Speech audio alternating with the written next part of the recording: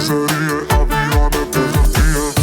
Am un info de făcut, două vorbe spus și atât. Pe scurt și la obiect, niciunul n-aveți talent. Talent, n-aveți talent. Talent, hai na talent.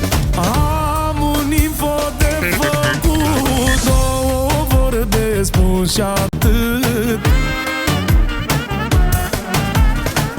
Nu stau să vă fac program, că știți câtă treabă am. Alo, alert, avalanșă de talent. N-am, nu spune lumea, o știe, valoare, nu jucărie. N-am,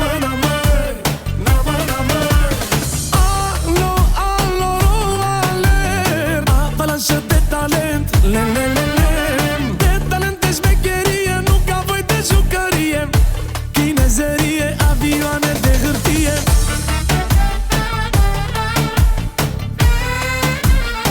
Să fie de la mine subsemnatul uraganul României, pentru Sghini Bangheri, băiatul lui Manex de la Huedin, nepotul lui Toto și Cornel, dinastia Toteștilor. Și bineînțeles pentru toată România, oamenii care stau bine pe picioare. Nici acum, nici mai de mult n-ați făcut nimic și